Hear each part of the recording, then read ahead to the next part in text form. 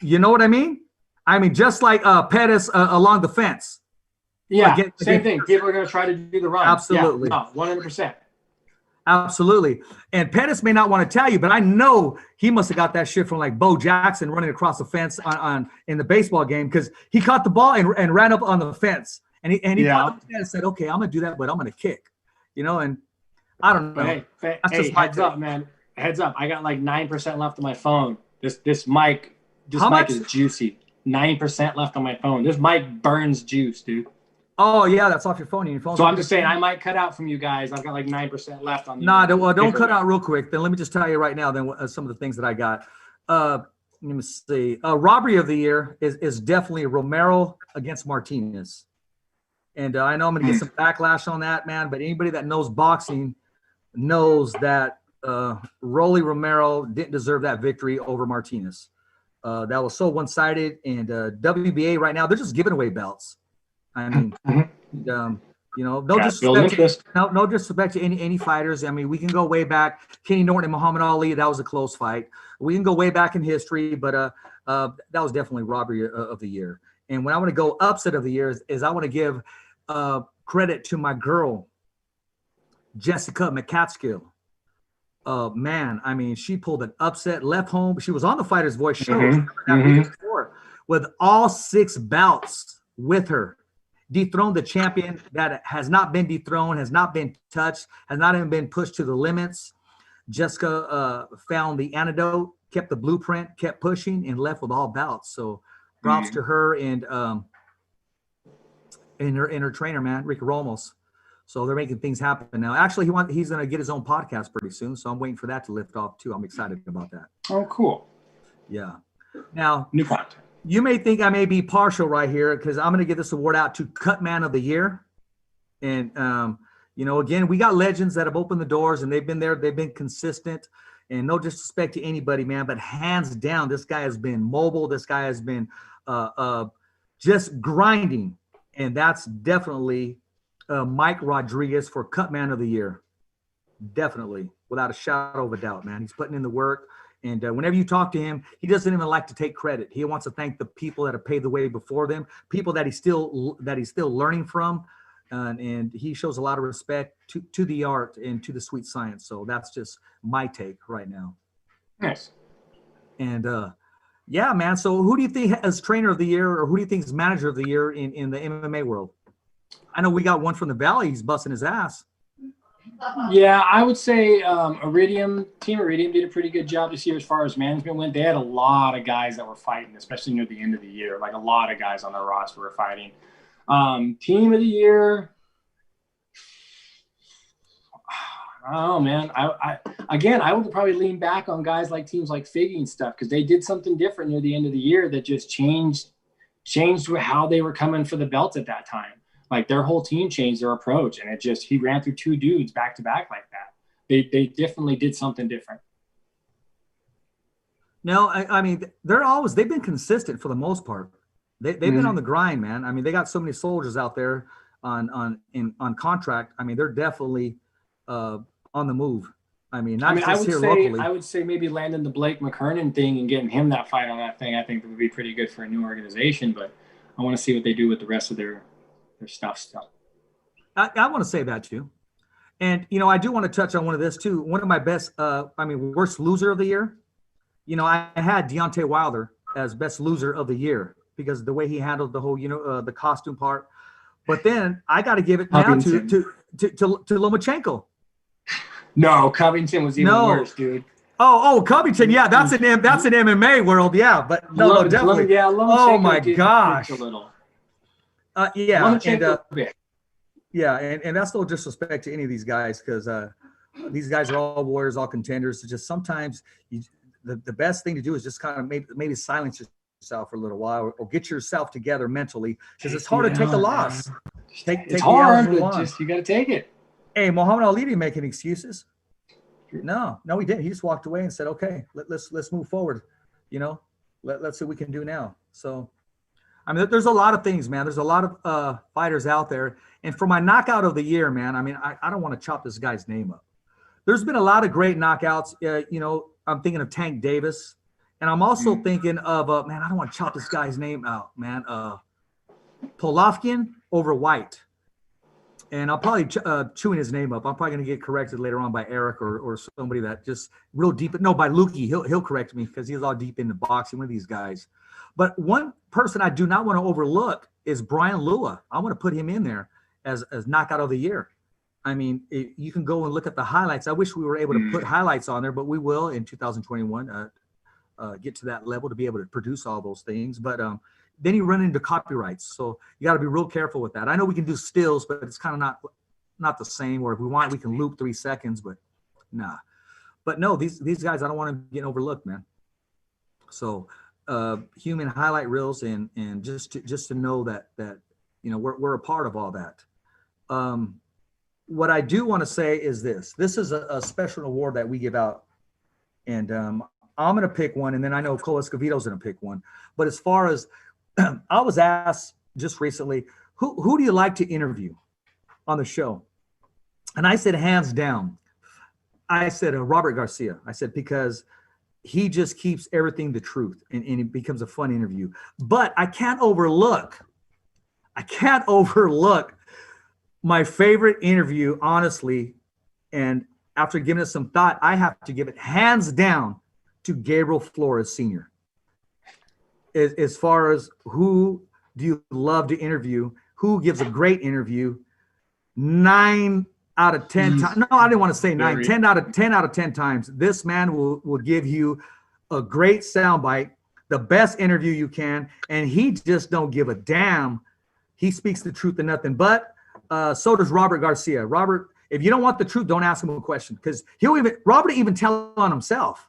That's how much truth he brings to the table and how much knowledge that he has. Love talking to Robert. I soak that in as a commentator, as a podcast host, as a fan, you name it. I soak that in. But as far as guests that I love having on the show is Gabriel Flores Sr. Hands down, best interview of the year for the Fighter's Voice. So that's my opinion. Yeah, he's pretty animated character. We do appreciate having him on when he is, because he's honest. He is 100% honest. Now, I don't know if these are categories, but guests that we've had on the show that I was able to learn from, even as they speak. I was learning as the show was going on. Definitely Bernardo Osuna, Ray Flores with PBC, Bernardo Osuna with ESPN, Ray Flores with PBC, and Cutman, Mike Rodriguez. Just his knowledge for the game, just the notations that he gives me, just the critique that he gives me. Hey, Rich, give me a call. You got a minute? He shows me love and respect as far as the correction and the way things need to be done. And also another one is Mike and Fromowitz, who we continue to talk every so often, and continues to critique and give advice. So those are definitely guys that are big pieces to the puzzle. Iron sharpens iron, man. That helps us to perfect our craft. That's how it works. Yeah, exactly. So the stage is yours, man. Who in your circle have you want to give props to, or someone that says, you know what, they're a big influence in what I do. They've been able to keep me over the top, or kind of, you know, I'm digging, I'm influenced on what they're doing. You know who I expect to be doing something will be Garbrandt. That dude tore his arm near the end of this year, and that guy had a really good knockout over who was it? RDA? Was it Rafael? Okay. His last fight was a wicked last second knockout against Rafael, and then we were supposed to see him fight Fig, and then he tore his bicep. So that's someone that I feel, if you look at the determination for what they want, he wanted the belt when he came in. He had a speed bump with TJ, but I think he's got the ability. I think he just needed to get some retrack going on, kind of thing. Hey, so who was your fight of the year? Where did we go over that with you? Your fight of the year? Yeah, your fight of the year. No, fight. Fight of the year? Yeah. I think we did. I think my fight of the year, I was picking it between either Figgy and Moreno or Zhang and Jarodesky. And I ended up going, because it was a title fight, I ended up with a decision on a title fight, is why I ended up going with Figgy and Moreno. Well, when we get off the phone, I want you to go to this, and I want you to watch this fight later on, because mine was hands down Cepeda, and I don't want to crush this guy's name. Baranchek, I don't want to crush his name. But these guys were going back and forth, knocking each other down. A lot of them were knocking each other out and then back in during the same combinations. So I want you to go hands down, fight of the year. Boxing, and, right? Yeah, exactly. And as far as promotion team this year, I mean, hands down, they started the kickoff in the summer, and that's Top Rank, hands down. With that collaboration with Taking ESCOVEDO, that chance. Yes, I mean they did exactly what UFC has done. Yeah. I mean, bro, they were having fights every single week, 2 times a week, making it happen. Lift off. You guys paid. Exactly. And remember, we talked about that. They created opportunity for these fighters that normally wouldn't get the opportunity, 2, get the TV exposure, 3, to be able to even get signed by Top Rank. Because a lot of these fighters, they were not signed by Top Rank. They got on there. They were just single fights. Exactly, whether it was a promotional deal or not. And one of them that fought on there was Sacramento's, no, I'm going to say Bakersfield's own Mitchell Sipe, who made his pro debut from the MMA world. Yeah, I kind of transitioned over there at the end. Yeah. So I mean, there's a lot, and there's and I'm avoiding the last the last one, man, because it's very close. It's very close, and that's trainer of the year. And I left that to some of the voting and to some of the people, and that's a tough one because every single trainer out there can respectfully be trainer of the year if you think about it. Yeah, depending on what their fighter did. Yeah, there's variables there. There's arguments for both sides. Yeah. So who would you say is going to be out of? I mean, UFC kind of controls everything, but it's just going to be that fighter that everybody slept on. Whether he took an L right now. I mean, he's involved in it. He could be a veteran fighter that's just gonna you slept on him, but now he's back in here. Because a lot of fighters before they got that household name, they were in the middle of should I retire? What should I do? And then they just have a breakout year. They don't have to be a rookie or a contender. I'd say Ferguson's on a fence right now. Ferguson. Yeah, Ferguson's got some decisions to make. Okay. He was supposed to be the next Khabib contender, and then just got fucking destroyed by Oliveira. So he'd be on the fence right now as far as what direction he wants to go in next. Yeah, I was man. He got taken to school that last fight, man. Yeah, he did. No, but I mean no. You're gonna lose. You're gonna lose me. You're gonna lose me any second. Any second. I can already see the bad thing flapping at me. Okay, well, this one's tough, but I'm gonna keep it real, man. My trainer of the year is Derek James, with the Charlo brothers, and also with for sure with the Charlo brothers, with Errol Spence. And my runner-up is because the guy, I mean, he's always in the mix, and that's Robert Garcia from Robert Garcia's Boxing Academy. And again, that's not overlooking Freddie Roach at Wild Card. That's not overlooking any of the Ricky at Goosens. That's not overlooking any of the trainers or anybody else out there. I know everybody's producing, everybody's putting in work, and that can be an argument either way. But it's just that's what we're dealing with right now. And I respect myself for making that decision and not making a partial decision or a decision on somebody that I'm friends with. You see what I'm saying? You're gonna be as objective as possible. Absolutely. So I do want to be objective as much as possible. But those are my picks, man. And 2021, I think is going to be an awesome year. I'm looking for the fighter's voice to just lift off. And there's some things that are in the works. And I just don't want to be that guy, Cole. That they buy a brand new car and it's all stock. And they say, oh, I'm going to put rims on it. Oh, then I'm going to paint it. I'm going to tint the windows, and I'm going to put the system in it. And I don't want to be that guy with the fighter's voice. Oh, we're going to do this, and then we're going to do this, and then we're going to do that.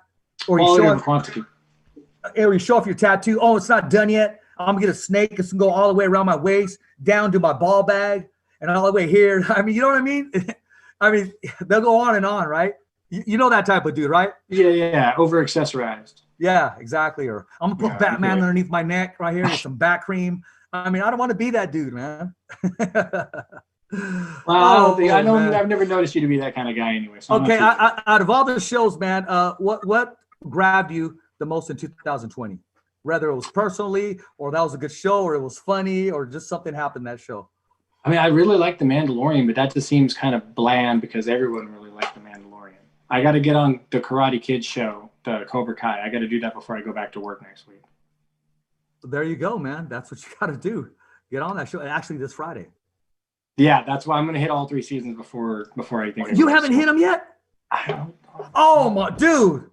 I'll freaking karate chop you, homie. Bro, you have not? That's what all my coworkers. Oh my gosh.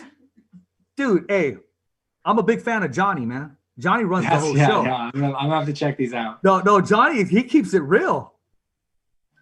That's what I've heard. I've heard he's a more serious character. No, and there's some little, like, they call them like little stingers in there. Like there'll be a scene where he opens up his phone and he goes, oh, that's just a text message from Cole. Okay, boom. And then you're like, what? I mean, you put little things together. Yeah.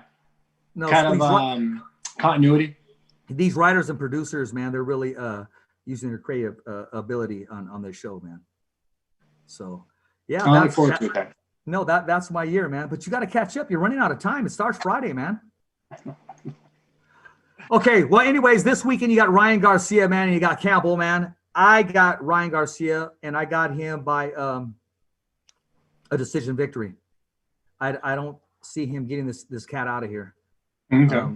But I see Ryan having to, suck it up a little bit and learn. It's going to be a learning lesson for him, but I do see him sneaking out the victory. I don't see it as a first or third round knockout. Again, if that happens, to me, he's still going to need some rounds in to do some learning and some adjusting, because you can't learn too much with these quick knockouts. You just can't. Yeah, it's over too fast. Exactly. So that's my pick for this Saturday. So anything else, amigo? Real quick, hopefully before I get cut off, Mason Fowler just submitted by armbar heavyweight Bellator fighter Ryan Bader tonight. He did that tonight. Just for those of you who are interested in that, we're going to try to get Mason Fowler on. I got to talk to him to see about what we can do about getting him on. He lives up north in Sac. But tonight at Sub Underground, he did just armbar Bellator heavyweight Ryan Bader. That happened tonight live. That's 2 losses in a row for Ryan Bader. Oh. No, but he was kicking ass for a while. I had that streak, right? Yeah, he was doing a good streak, but when you drop down a level of competition, that's to be expected. Yeah, no, that's very true, man. So actually, I'm on my way to Rico's Red Wave tattoo. So I think he has some goodies for us. So guys, nice. KP, I know you're listening. Once I pick up those goodies, I'll be in contact with you, and we're going to sit down on the table and talk about that sponsorship. Talk about it at a more of a business oriented sponsorship. Growth. A lot. Yes, growth. Exactly. That's safe to say. That's safe to say. And good. I like it. Yeah, exactly. Keep everything business oriented, and also take care of some business. We'll be sending out a letter of documentation to a certain someone out there. And but before, though, to answer your question, we're gonna have I'm gonna have a sit down with Miles Harris, who is our attorney, just to make sure everything's in line before we step out in that realm. You know what I'm saying? Smart. So yeah, absolutely. But thanks for noticing that. Nice. When I see that, I'm thinking, look at that fire underneath Cole. That's what I'm talking about. So, ladies and gentlemen, I want to wish everybody a good 2020 that has been here with us, and a even greater 2021. A happy New Year, happy holidays, and stay safe, and stay with your loved ones, and those that have lost your loved ones because of this whole COVID thing. Our heart goes out to you. Our condolences, and we pray for strength so you can get through these tough times. Nevertheless, look for the fighter's voice in 2021 to have a new reinvention of itself, and with a soft opening coming up in Stockton, California in January. And then when they launch the official, hey, we're up and running business, the first show, Cole, we will be in studio with them 6 feet apart, live with Shelly, Eric, myself, you, and KP. We'll be down there. Iron sharpens iron. We're going to make that happen in Stockton, California, to launch one of the motherships, man. Hey, man, iron sharpens iron, and it's all about branding and growth. Don't be afraid to grow, and don't be afraid to swing for the fences. And I know a lot of you guys were probably tripping. A lot of people were tripping, but in 2021 and in the future, man, on my bucket list, one of my goals is to, whether he calls in or what, and I don't care if it's 1 minute, 2 minutes, or 30 minutes, is to interview actor, producer, and big MMA boxing fan, Denzel Washington, baby. Boom, you got to swing for the fences. In the stars, they got room enough for both of us, man.